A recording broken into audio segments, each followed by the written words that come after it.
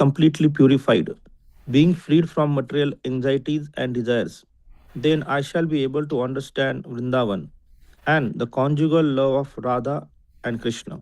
And then my spiritual life will be successful. This verse will come up again in today's reading. Number 4.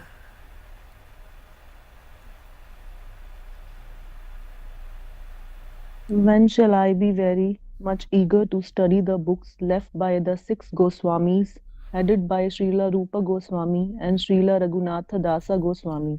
By their instruction, I shall be able to properly understand the loving affairs of Radha and Krishna. And number 5.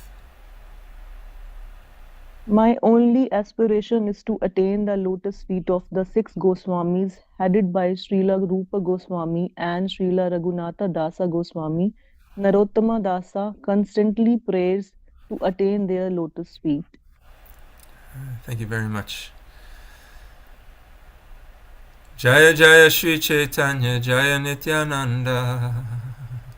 Jaya Shri Caitanya Jaya Nityananda. Jaya Jaya Shri Caitanya Jaya Nityananda. Jaya Jaya Shri Chaitanya Jaya Nityananda.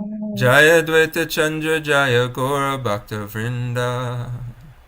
Jaya Dvaita Charya Jaya Gaura Bhakta Vrinda. Jaya Dvaita Chandra Jaya Gora Bhakta Vrinda.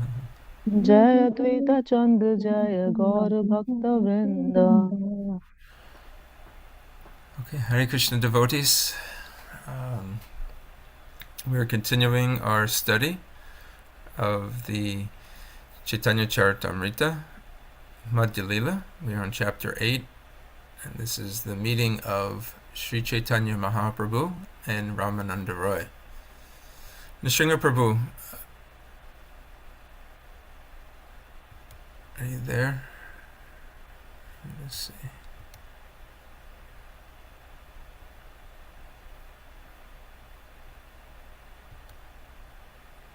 Nrsimha Prabhu is not here. He usually does our Bengali for us. Anybody else would like to do the Bengali?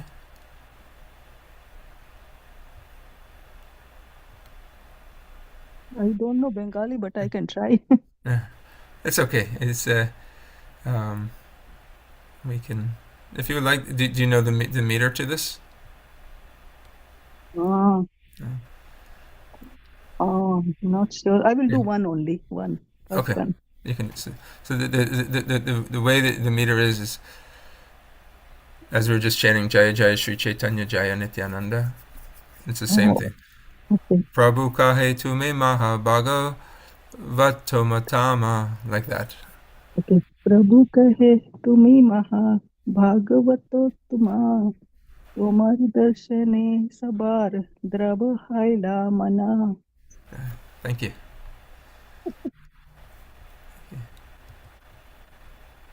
Translation. The Lord replied to Ramananda Roy, "Sir, you are the best of the topmost devotees. Therefore, simply the sight of you has melted everyone's heart." This is Lord Chaitanya speaking to Ramananda Roy. Purport by His Divine Grace Srila A.C. Bhaktivedanta Swami Prabhupada. Unless one is a first-class devotee, he cannot be a preacher. A preacher is generally a topmost devotee. But in order to meet the general populace, he has come to distinguish between devotees and non-devotees. Otherwise, an advanced devotee makes no such distinctions. Indeed, he always sees that everyone is engaged in the service of the Lord. When one engages in preaching work, he must distinguish between people and understand that some people are not engaged in devotional service of the Lord. The preacher then has to take compassion upon the innocent. The preacher then has to take compassion upon the innocent people who do not know how to worship the Lord. In the Srimad Bhagavatam 11.2.45, The symptoms of a topmost devotee are described as follows. Sarvabhuteshu ya prashed bhagavatad bhavam atmana bhutani bhagavati atmani esha bhagavatatottamaha. The advanced devotee sees that all living entities are part and parcel of the Supreme Personality of Godhead. Everyone is in Krishna, and Krishna is also within everyone. Such a vision is possible only for a person who is very advanced in devotional service. Om Agyanatimarandasya Gyananjana Shalakaya Chakshur Umbaletam Yena Tasmai Shri Gurave Namaha. Just a few points on this purport, which is very clear. Talks about the first class devotee, and this is in reference to the three classes that are often described in the Caitanya Caritamrita, as well as other books. We were reading recently on Thursdays in the Ishupanishad, and we discussed this, as well as in the Nectar of Instruction, we discussed this topic as well. The Kanishta Adhikari, the Madhyama Adhikari, and the Uttama Adhikari. Uttama Adhikari is what is being discussed here, as well as, in one sense, the Madhyama Adhikari. The Kanishta Adhikari sees the Lord in the temple, but can't really see anybody else as devotees of the Lord, really only themselves. They're advanced, everybody else has fallen. Only truly they can see. As a result, their attitudes are typically marked with judgment, sometimes self-righteousness, which leads to oftentimes quarrel. The Madhyama Adhikari is able to see not just the Lord in the temple, but able to see that the Lord is in the heart of other living entities. Their faith is a little bit more developed, as well as their knowledge is also becomes much stronger. They make a distinction, however, between the a person who is a devotee, and he makes a distinction between the non-devotee, and he also makes a distinction between a person who is innocent and a person who is envious. And therefore he preaches and tries to have compassion upon the innocent, and he basically stays away from those that will create a disturbance.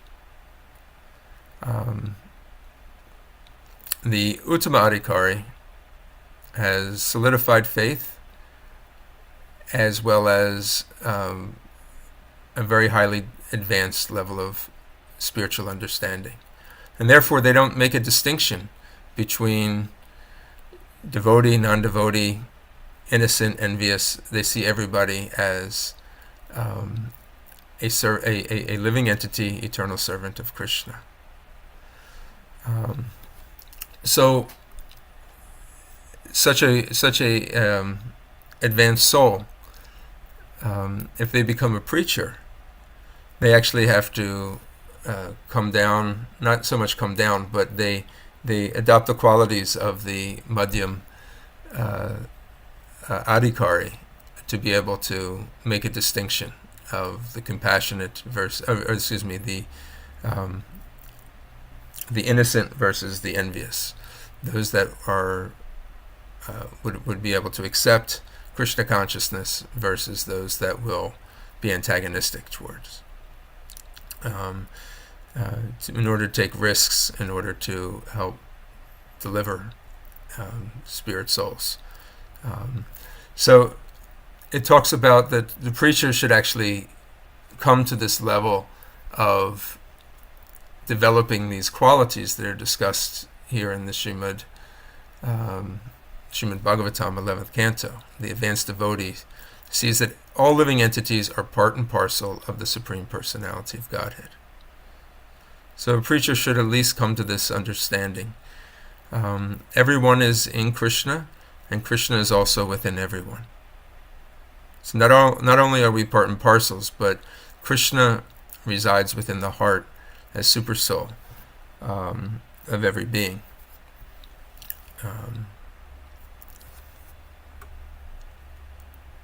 Now, one difficulty. So there's two ways to go up to the Madhyam, to be at this Madhyam Adhikari level. If one goes from the Kanishta level and advances upwards, or one goes from the Uttama Adhikari level and moves downwards.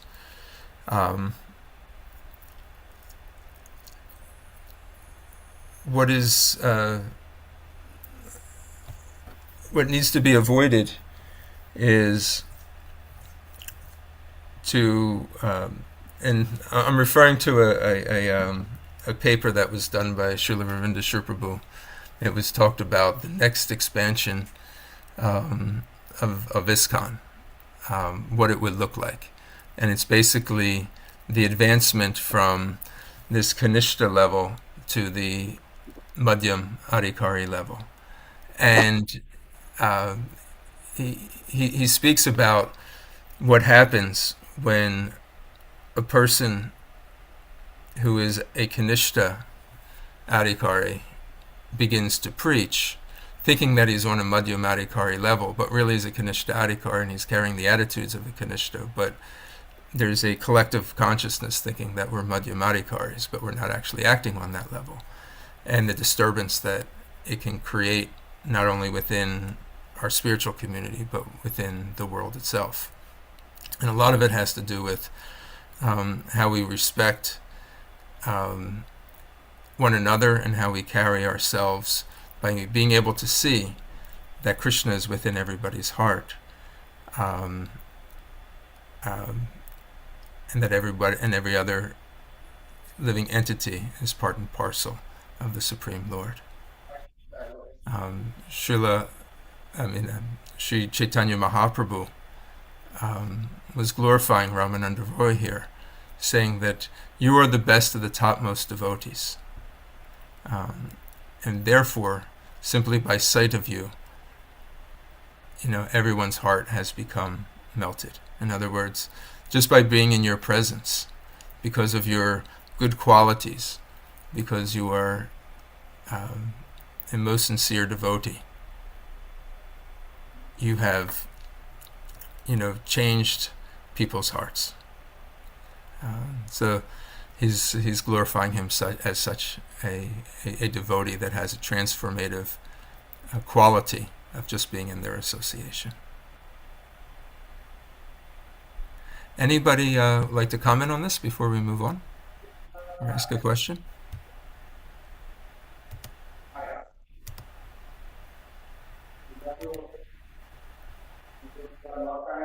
Okay, let's move on to 45.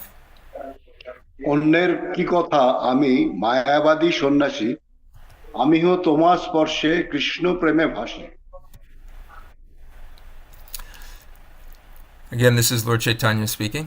Although I am a Mayavadi sannyasi, a non-devotee, I am also floating in an ocean of love of Krishna simply by touching you, and what to speak of others. I wanted to comment here real quickly. This is about this. Many of you are familiar that Lord Caitanya, he took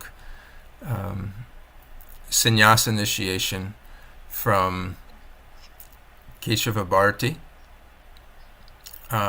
who was a follower of Sankaracharya. So when he's saying, although I'm a Mayavadi sannyasi, there's a talk, Srila Prabhupada talks about this from a lecture, November 27th, 1968. I thought I'd read it real quickly to discuss, how Lord Caitanya, although a Mayavadi sannyasi, it's not that he should be considered to be a Mayavadi. Now, obviously, he's calling himself this, and as we'll see in the next couple verses, these are also exchanges of humility, where one considers oneself to be lower than a blade of grass, more tolerant than a tree, as Lord Caitanya is instructed in the 3rd verse of the Shashastakam. Both he and Ramananda Roy take on this very advanced and relishable positions while they are interacting with one another. So Madhudvisha Prabhu says to Srila Prabhupada, I think this is, did Lord Caitanya take sannyas from a Mayavadi sannyasi? ? Prabhupada, yes. That was a formality. That is not very important. Because Mayavadi sannyasis, they are also Vedic sannyasis. They are not outsiders, but their interpretation of Veda is different. But they follow Vedic rules. So this acceptance of sannyas is following a principle of Vedic rules. So the Mayavadi sannyasis may differ in their interpretation, but he's following Vedic rules. So this acceptance of sannyas is following the Vedic rules. So you can accept sannyas even from a Mayavadi. It doesn't matter. But you have to transcend the limits of Vedic rules. This is an important point. But you have to transcend the limit of Vedic rules. That is Krishna consciousness. That is also Caitanya Mahaprabhu. Although he took sannyas, he did not assume the sannyas title. His sannyas guru was Keshava Bharti. Naturally, he would have accepted the Bharti title, Shri Krishna Bharti, or something like that. But he remained Shri Krishna Caitanya. Caitanya is the name of a brahmachari under the Bharti sannyasi. One brahmachari, the brahmacharis are under. They are assistants or personal servitors of a sannyasi. That is the system. So Caitanya Mahaprabhu was, in the beginning, he accepted, that is the Mayavadi system. One is accepted first of all as brahmachari, so that his name was Caitanya. But even after he accepted sannyas, he did not assume the title Bharati. That means he actually did not take sannyas. That was simply formality. Because Mayavadi sannyasis think that he is God, so how can he assume the title? He was preaching. He was going to preach that we are servant of God. Therefore, he did not assume that title. And because that, when Caitanya Mahaprabhu was going to see Lord in Jagannath Puri, his rod was taken away by Nityananda, and it was broken and thrown away.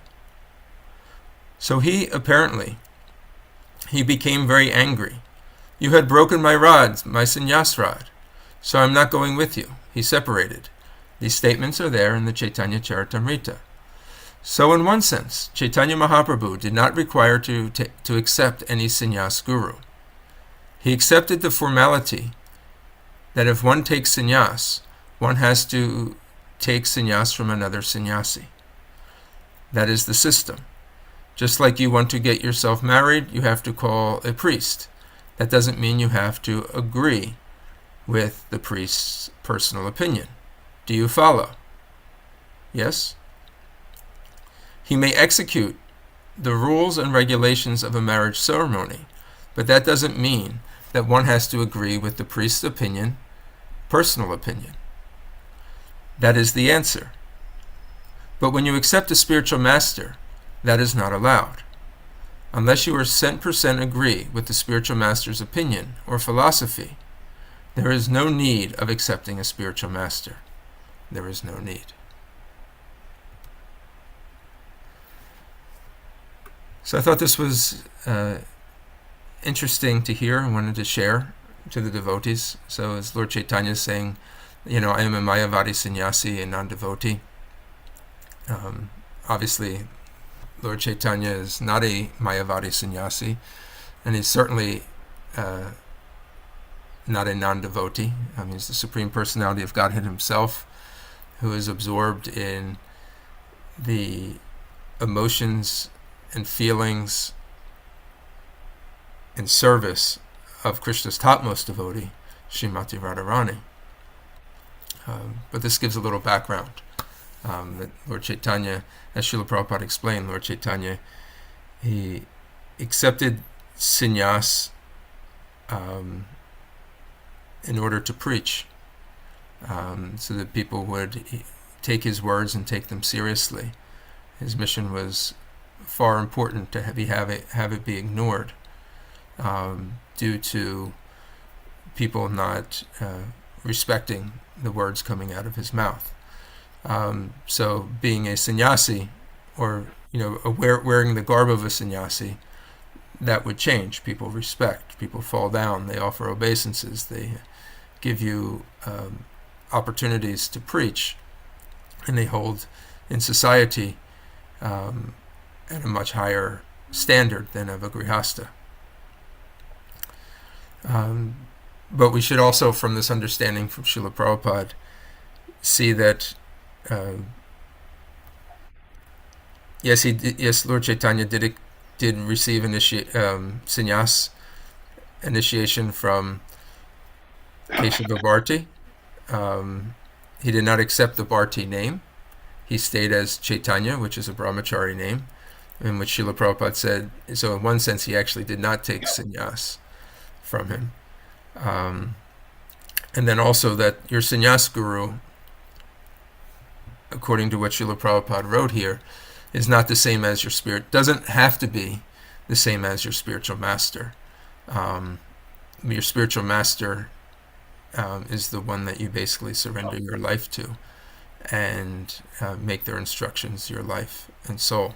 That may not be the case for a sannyasi guru, as in the case of Lord Caitanya. Any questions or comments?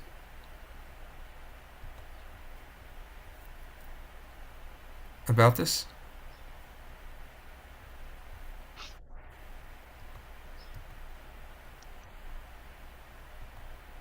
Okay, let's move on to text number 46. So is the guru, if you take so many times your spiritual master is not there, and you take your second initiation from another guru, how does that work?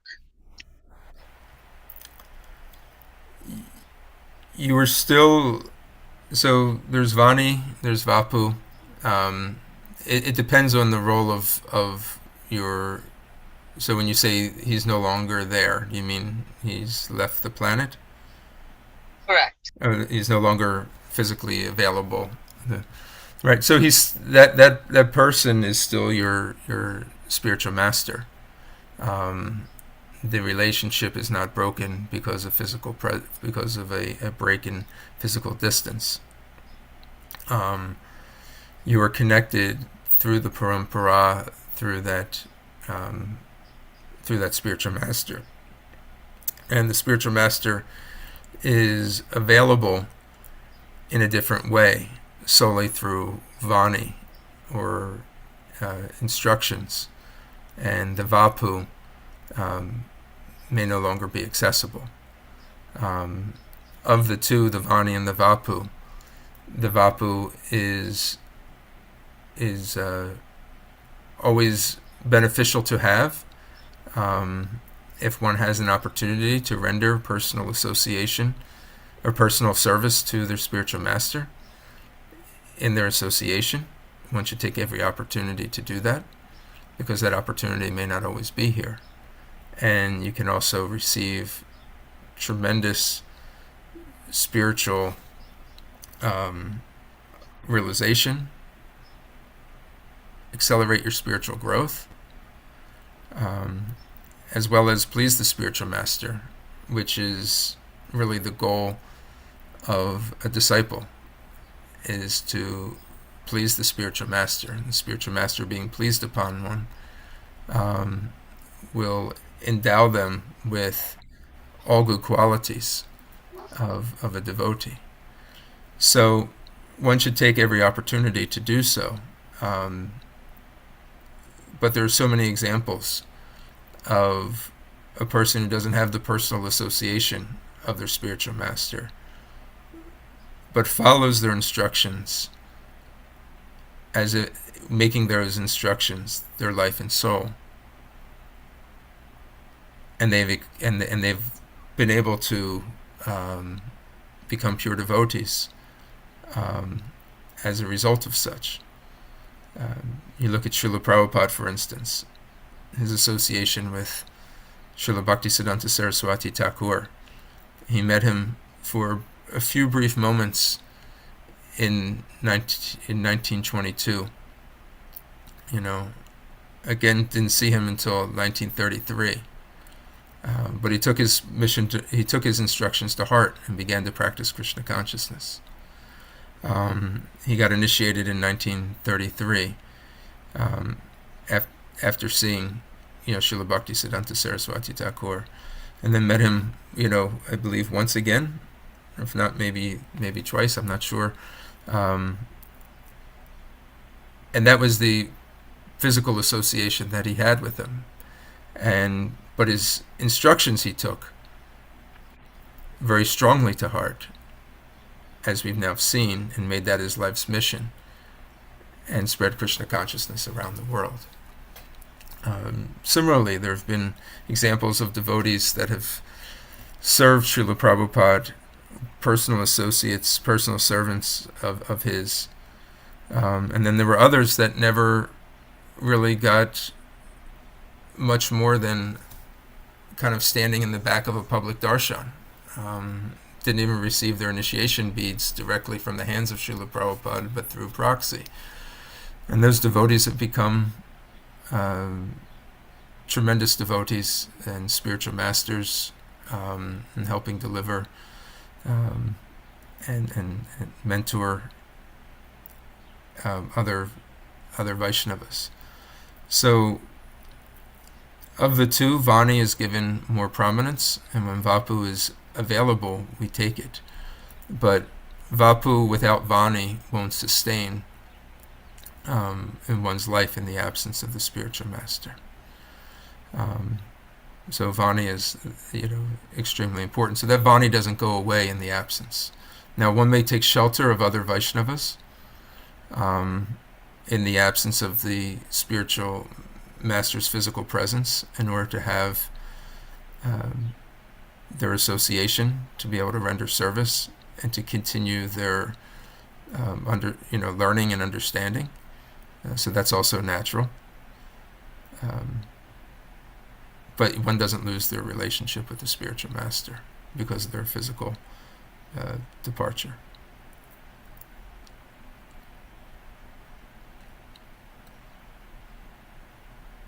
It's not recommended. So what Lord Caitanya did, I don't know if that answers your question. If your question was more in lines of like, can you just take initiation, or like, say you got first initiation, you need to take second initiation, can you just take it from anybody?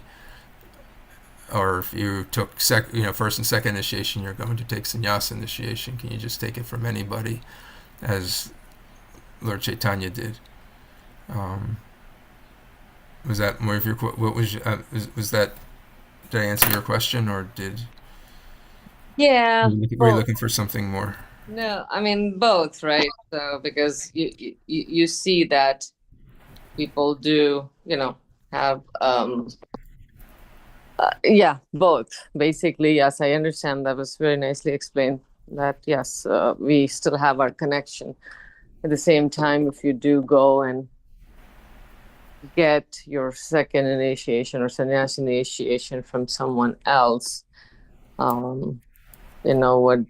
do you, what should in your mental capacity, what should that be? I mean, your spiritual master is your spiritual master, but then how would you see this other guru that has come into your life now, because your guru wasn't there for second initiation or the sannyas, or however you want to.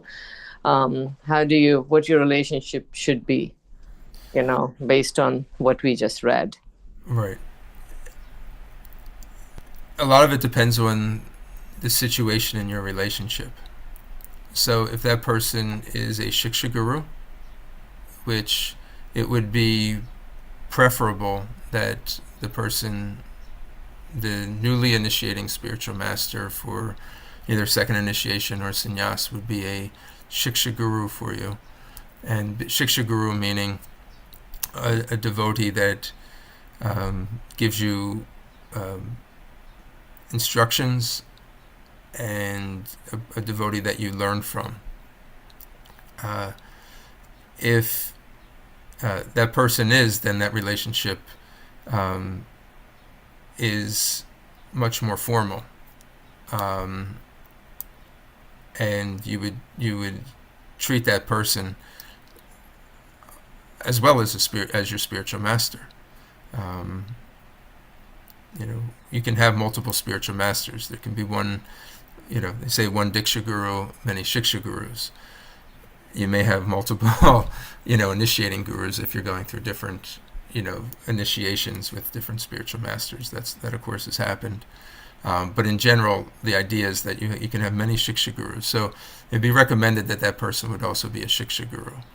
But as we can see here, sometimes it could just be a formality. There may be a need for that. Somebody needs to perform the ceremony of the sacrifice, and one may have a Shiksha Guru that may not be able to give Diksha Guru, or may not be able to give a formal ceremony. So that may actually be the case as well. Preferably, one should attach themselves to a person who can give them Shiksha.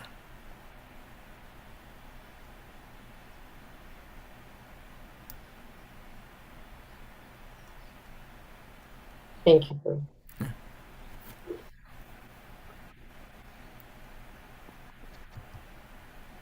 Okay. Anybody have any comments or thoughts on this? Charachandra Prabhu, I don't know if you would like to weigh in. I think you covered it. Unless there's any specific questions, I think you covered it. Thank you, Prabhu. Okay, let's continue. এই জানি কঠিন মোর হৃদয় শোধিতে, সার্বভৌম কহিলেন তোমারে মিলিতে। Sarvabhauma Bhattacharya knew this would happen, and thus to rectify my heart, which is very hard, he asked me to meet you. 47. এই মতো দুহে স্তুতি করে দুহার গুণ, দুহে দুহার দর্শনে আনন্দিত মন। In this way, each of them praised the qualities of the other, and both of them were pleased to see each other. This is important. They both praised the qualities of each other, and both of them were very pleased to see each other. We're seeing the Vaishnav, the perfect example of two Vaishnavas coming together, praising one another. And as a result, they're both pleased. Not falsely praising, but genuinely feeling bliss in each other's association. হেনকালে বৈদিক এক বৈষ্ণব ব্রাহ্মণ দণ্ডবৎ করি কইল প্রভুরে নিমন্ত্রণ। At this time, a Brahmana Vaishnava, following Vedic principles, came and offered obeisances. He fell flat before Sri Caitanya Mahaprabhu and invited him for lunch.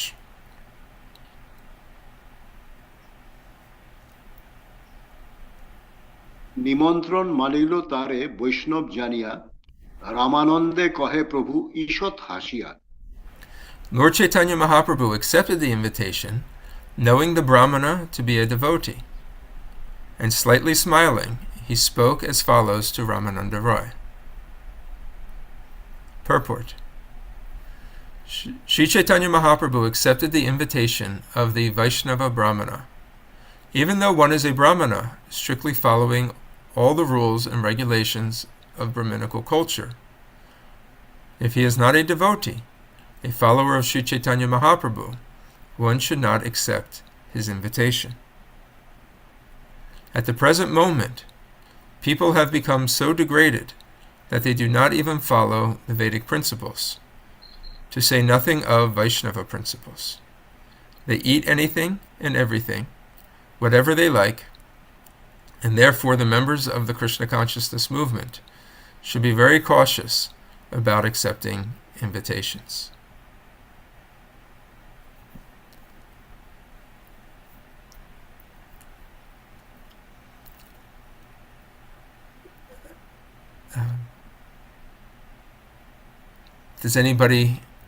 Would anybody like to say anything on this verse, or this purport, and what's going on here?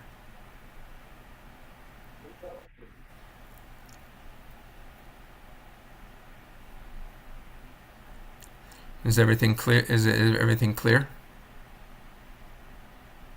That he accepted the invitation because he was a Vaishnava Brahmana. And in the verse, 2 verses ago, it actually is that, a Vaishnava Brahmana. Srila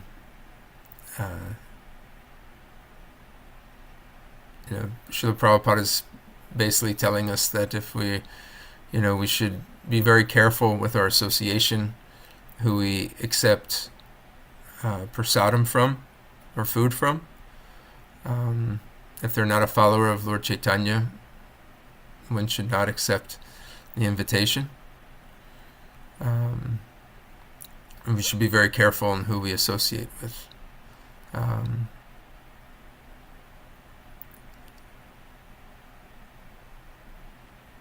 This is an important instruction for us. And Srila Prabhupada ends the purport that members of the Krishna consciousness movement should be very cautious about accepting invitations. How does everybody feel about that? Do you feel like that's a challenge? Do you feel it's practical? Do you feel it's maybe too much, too over the top? Do you see the validity in what Srila Prabhupada is saying?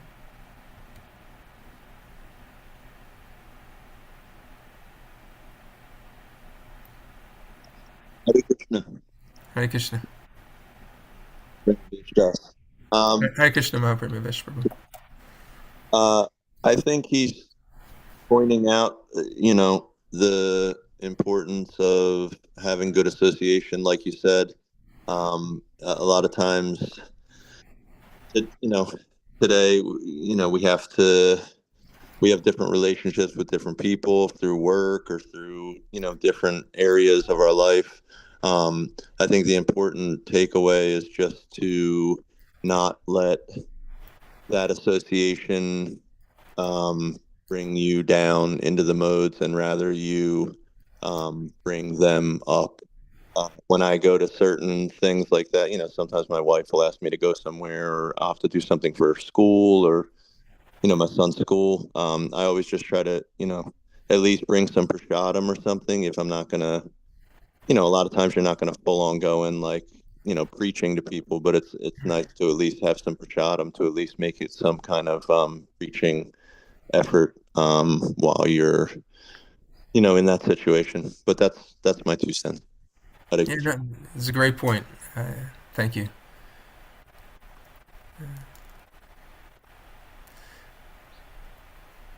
Anybody else would like to share?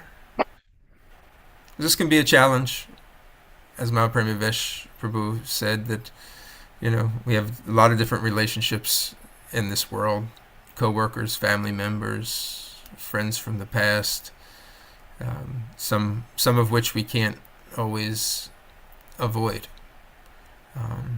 or want to avoid. Some of those relationships we may want to continue. Chaitanya Prabhu, please go ahead.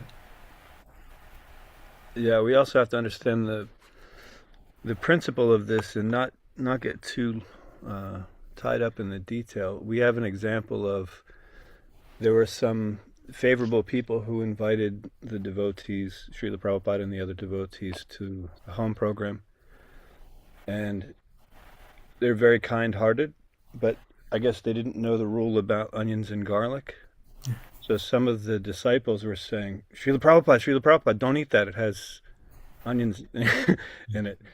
And he just said, I don't taste any onions. Meaning he was just trying to, since these people had good intentions and they didn't know, it was better to let it slide than to embarrass them and make a big scene out of it. So when we hear a story like that, we can take it in two different ways. We can either say, oh, okay, so it's not important. We can eat onions and garlic. It's not a problem. It's not a big deal. Srila Prabhupada, did it in an occasion, which is not the right conclusion. And in the example of the story, we have people who were excessively fanatical over something, meaning they were just focused on the detail and not the principle. So we have to actually become expert in understanding how we can identify the principle. If someone generally with their heart wants to serve any Vaishnava or any aspiring Vaishnava, we have to allow them to do that within reason. Obviously, if they're making meat or something like that, we're not going to accept that. But if they have an understanding and an appreciation and they're already making some sort of adjustment, then we want to accept that if possible. All right, so it becomes difficult, especially on the neophyte platform. That's why the whole point is that we have to rise above the neophyte platform so that our discrimination is no longer fanatical, but it's actually based on the spiritual principle. Because there should be some discrimination, but it shouldn't be based on an imperfect understanding or an incomplete understanding of the philosophy. It has to be based on actual knowledge of the philosophy. And then that's when we know when we can make exceptions. Right? Because if we're only going to the houses of initiated brahmanas, then we're not taking the opportunity to preach to those who, with just a little bit of encouragement, would come up to that platform, right? So certainly Srila Prabhupada would accept invitations, but he understood the principle that these are people who are at least pious and see the value of the Vaishnavas, and if they're given the opportunity to serve the Vaishnavas, then they will become dear to Krishna, because Krishna likes those who serve the Vaishnavas, right? So we just have to be able to understand how and when we can use our intelligence to allow these things to happen without losing sight of what's actually important. Because like I said, some people hear that story and they say, oh, so onions are no big deal. And then, every other meal they're eating out at a restaurant that cooks with onions and garlic. And they weren't invited to that place. They just went, it's not like the people that are cooking, they're happy to serve the Vaishnavas. No, they're just, accepting money and giving people food. They don't care who's eating. Right. I've actually heard some people make arguments that since if someone is taking the instructions of a brahmana, then it's no longer karmi grain. So if I go and I order a meal from a restaurant, but I ask them to make it in a specific way, like hold the whatever, then therefore all the karma is then taken out of it because they're cooking under the instructions of a. So in other words, we can miss the principle and make up all sorts of these crazy philosophies to justify our own inability to grasp what's actually important. But the matter is that we have to understand, and it all comes down to the connection to Krishna. If there's a connection to Krishna, then it's real. If there's not, then it's illusion. And so the better we're able to understand that, then the easier it will be to understand when it's okay to make what looks like an exception and when it's absolutely not. I don't know if that helped, but that helps. For me, that helped tremendously. I hope for the other devotees as well on the call. That made a lot of sense. That was beautifully said. Thank you for that, Prabhu. I actually ran into that situation before. It was, something my wife, made for me, and she didn't realize the onion and garlic rule. And at first I was like, no, I can't take it. And I talked to a devotee, and they said the same thing, that, the intention was there, and, you should accept it, but, tell her next time, no onion and garlic. So thank you. I'm glad to hear that, and I'm glad that I wasn't led astray. So thank you. Thank you very much, Prabhu. I'm glad to hear that too. Recently, I'm coming from India. Recently, I had been to India. Each and every house, without onion and garlic, everybody they cannot cook. They don't know how to cook. Some of the houses, younger generation, they said, I don't know how to cook without onion and garlic. So I cannot throw the food. They're offering me with love and affection. And the only thing is, when I sit at the table, I say Brahmarpanam Brahmavi, Brahmaknu Brahmanaptam. I always offer to Krishna, and then I take it as prasadam. Because I cannot discourage that host that I don't want to eat and I cannot eat. That is very hard and very tough to take the decision. Most of the time, they try to manage without onion and garlic because we don't eat. They know that.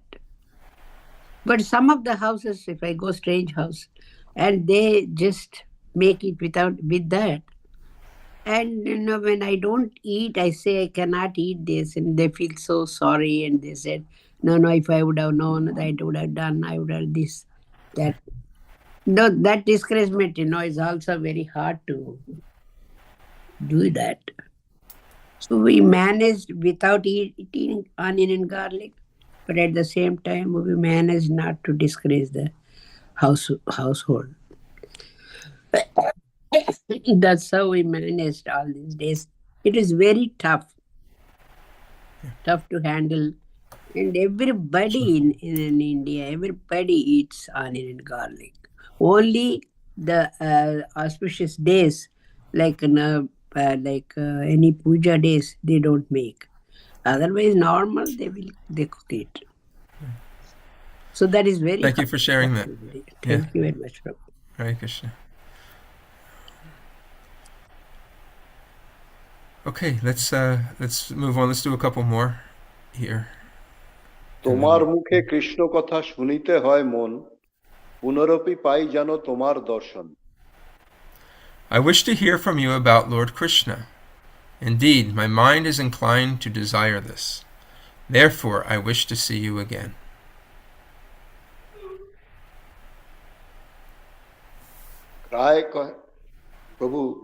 প্রভুজি কেন রায় কহে আইলা যদি পামর শোধিতে, দর্শন মাত্রে শুদ্ধ নহে মোর দুষ্ট চিত্তে, দিন 5-7 রহি কর মার্জন, তবে শুদ্ধ হয় মোর এই দুষ্ট মন. Ramananda Roy replied, My Lord, although you have come to correct me, a fallen soul, my mind is not yet purified simply by seeing you. Please stay for 5 or 7 days and kindly cleanse my polluted mind. After that much time, my mind will certainly be pure. যদ্যপি বিচ্ছেদ তুহার সহন না যায়, তথাপি দণ্ডবৎ করি চলিলা রাম রায়. Although neither could tolerate separation from the other, Ramananda Roy nonetheless offered his obeisances to Lord Caitanya Mahaprabhu and departed. প্রভু যায় সেই বিপ্র ঘরে ভিক্ষা কইল, দুজনার উৎকণ্ঠায় আসি সন্ধ্যা হইল. Lord Sri Caitanya Mahaprabhu then went to the house of the Brahmana who had invited him and took his lunch there. When the evening of that day arrived, both Ramananda Roy and the Lord were eager to meet each other again. I think we will... Actually, we'll do this one, and then we'll end. প্রভু সান কৃত্য করি আছেন বসিয়া এক ভৃত্য সঙ্গে রায় মিলিলা আসিয়া After finishing his bath, Sri Caitanya Mahaprabhu sat down and waited for Ramananda Roy to come. Then Ramananda Roy, accompanied by one servant, came to meet him. Purport. A Vaishnava who is supposed to be advanced in spiritual understanding, be a householder or a sannyasi, must bathe 3 times a day, morning, noon, and evening. When one is engaged in the service of the deity, he must especially follow the principle of the Padma Purana and take regular baths. He should also, after bathing, decorate his body with 12 tilaks.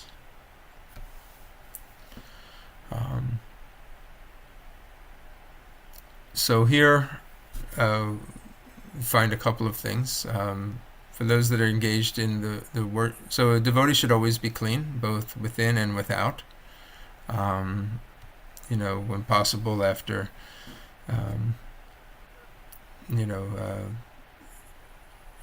passing stool, one should bathe.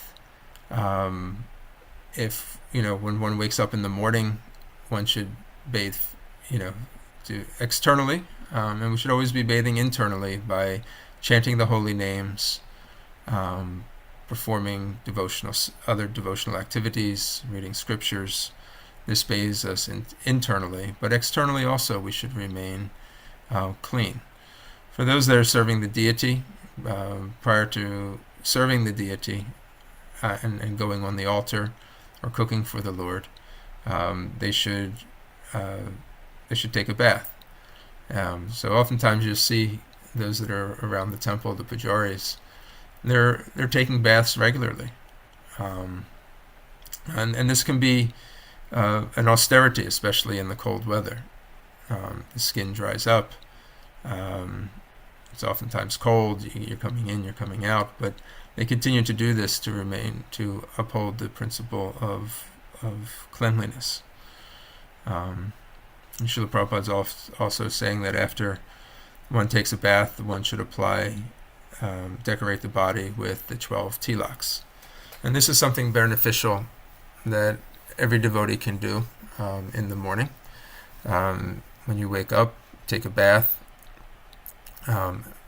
Before you put on your clothes, you can decorate your body with these 12 symbols of Lord Vishnu on the body, which are accompanied by mantras, and thus mark the body as a temple of the Lord. Many of you know this, but I wanted to share real quickly what this looks like.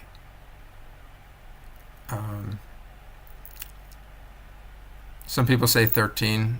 Here it's saying 12.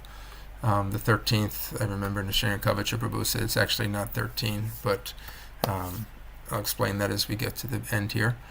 But basically we can go over these together. The first one is on the forehead. Om, you have the tilak, and if you don't have tilak, you can purchase it at our store at the temple.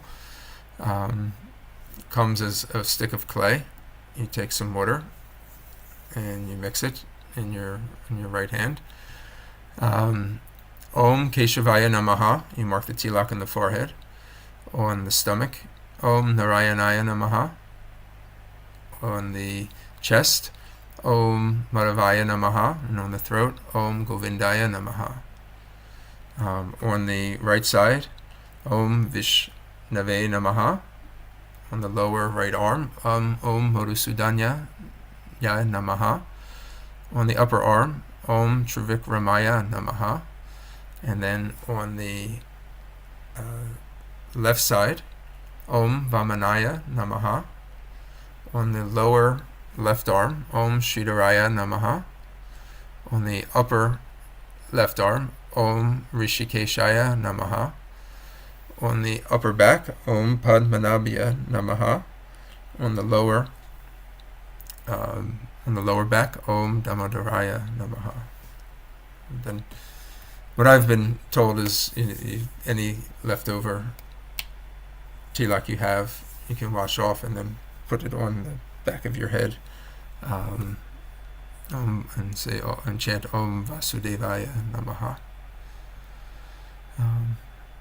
So this is something that we can do. I know sometimes you may not want to go out in public with tilak on your forehead. It may bring it, depending on the air, who you're around, the environment you're in. It may bring unnecessary attention, or attention that you're not necessarily want to have to explain what it is. So it may not be the right time or circumstance or place. But you can also do that using water, or if you have to wash it off and then put water tilak on. That is also a good practice to have. Therefore, consciously you're remembering that your body is a temple where the Lord resides, and that should be used in the service of the Lord. Okay, we'll stop here. Any questions or comments about that last point, or anything you heard today before we conclude?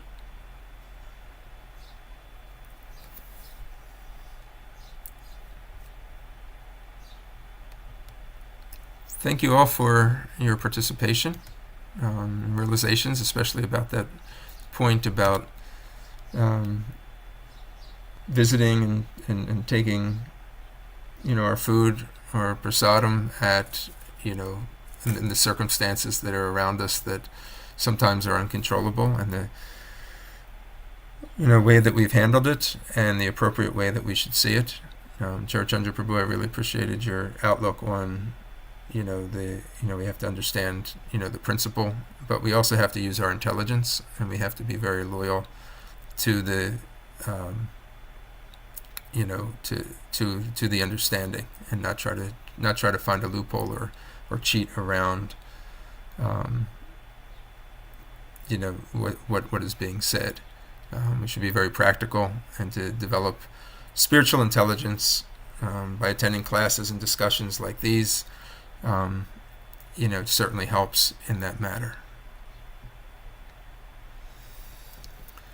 Thank you, devotees. Have a wonderful Krishna conscious day. Shri Caitanya Charitamrita ki jai, Shri Caitanya Mahaprabhu ki jai, Srila Prabhupada ki jai. Vanchakalpatarubhyascha kripa sindhuvya eva cha, patitanam pavanebhyo vaishnavebhyo namo namaha. Hare Krishna. Hare Krishna.